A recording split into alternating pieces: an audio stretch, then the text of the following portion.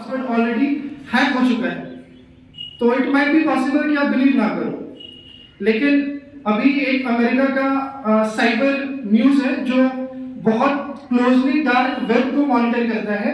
उस पर यह पाया गया कि 16 billion login credentials already breach हो चुका है। ये सिर्फ अपने देश में नहीं, जो आसपास के जितने भी देश हैं उसमें। तो अब यहाँ पे सबसे बड़ा सवाल ये करना होता है, पासवर्ड का डिफरेंट कैटेगरीज होता है।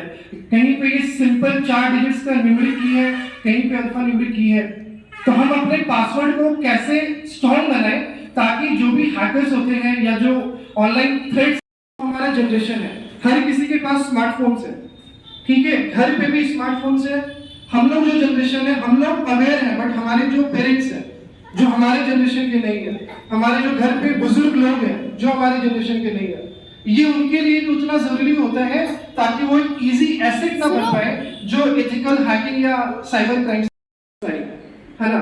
तो अगर इनकॉग्निटो मोड में अगर हम अपने फोन को चला रहे हैं तो it is not that much easy to breach, और अगर आप नॉर्मल वेब ब्राउजिंग करोगे तो वो आसानी से हैक हो जाएगा। तो ये था हमारा पहला फिशिंग, ठीक है। दूसरा को हम लोग बोलते हैं पासवर्ड स्टफिंग। जैसे स्टफिंग समझते हो ना, क्या होता है? हाँ, जैसे मान लीजिए क्या उसको बोलते हैं, सैंडविच के बीच में जो स्टफ किया रहता है, तो वैसे यहाँ पासवर्ड में स्टफिंग होता है, ठीक है। कैसे करते हैं? जैसे कहीं भी होगा उसका जो पासवर्ड है वो मोर और लेस सेम होगा। जैसे मान लीजिए मेरे जीमेल का एक्चुअल पासवर्ड नहीं है, सपोज कि sandeep@123 है, ठीक है।